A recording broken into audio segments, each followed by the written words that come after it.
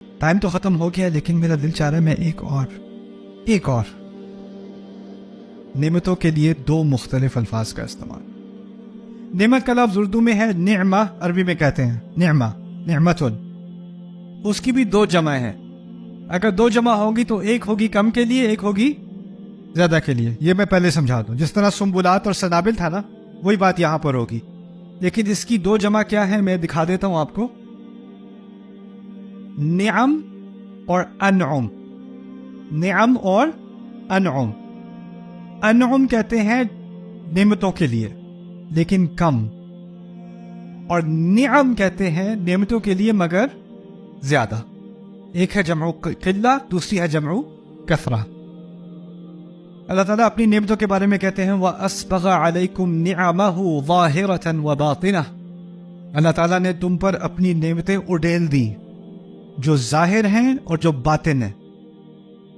ابھی میں ترجمے کی بات کر رہا ہوں. کیا کم نعمتوں کا لفظ استعمال کرنا چاہیے یا زیادہ نعمتوں کا لفظ استعمال کرنا چاہیے؟ آپ کا کیا خیال ہے؟ کیونکہ کہا ہے جو ظاہر ہیں اور جو باطن ہیں، جو مادی ہے جو غیر مادی ہے، جو مستقبل میں ہے جو بھی حال میں ہے، جن کا ہمیں شعور ہے جن کا ہمیں شعور نہیں ہے، وہ تو بہت زیادہ ہو گئی. تو نعم جمع کثرہ. دوسری طرف ابراہیم علیہ السلام کے بارے میں بات ہو رہی ہے.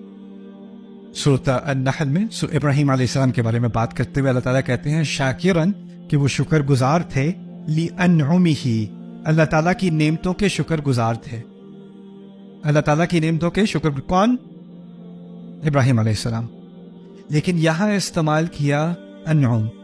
انعم کہتے ہیں بہت کم نعمتوں کو. تو اگر لفظی ترجمہ کروں گا نا تو کہوں گا اللہ تعالیٰ کی کچھ نعمتوں کے شکر گزار تھے. سننے میں عجیب لگتا ہے، ابراہیم علیہ السلام جیسی شکر گزار شخصیت، وہ تو بہت ساری نعمتوں کے شکر گزار ہوں گے نا. تو یہاں لفظ کیا استعمال کیا؟ کچھ نعمتوں کے شکر گزار تھے. حکمت کیا سکھائی؟ جب اللہ اپنی نعمتوں کی بات خود کرتا ہے نا، جب نعمتیں اڈیلتا ہے تو ساری نعمتوں کی بات کرتا ہے. جب انسان شکر کرنے کی کوشش کرتا ہے، چاہے کہ وہ ابراہیم ہی ہوں، تو انسان کی صلاحیت ہی میں نہیں ہے کہ اتنے چھوٹے، اتنے کم سالوں میں اگر وہ ہر لمحہ بھی شکر میں گزار دے تو پھر بھی بمقابل تمام نعمتوں کے جو اس کو دی گئیں اس کے مقابلے میں وہ پھر بھی کچھ تھوڑی سی ہی نعمتوں کا شکر ادا کر سکا.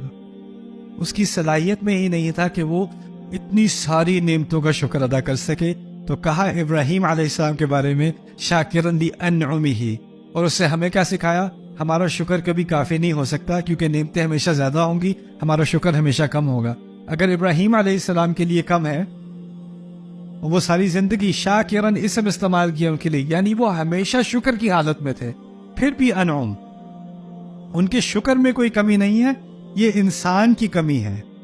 انسان کے لیے ممکن ہی نہیں کہ وہ تمام نعمتوں کا شکر ادا کر سکے. تو شاکرن لِأَنْعُمِهِ، کبھی قلت کا استعمال، کبھی کثرت کا استعمال.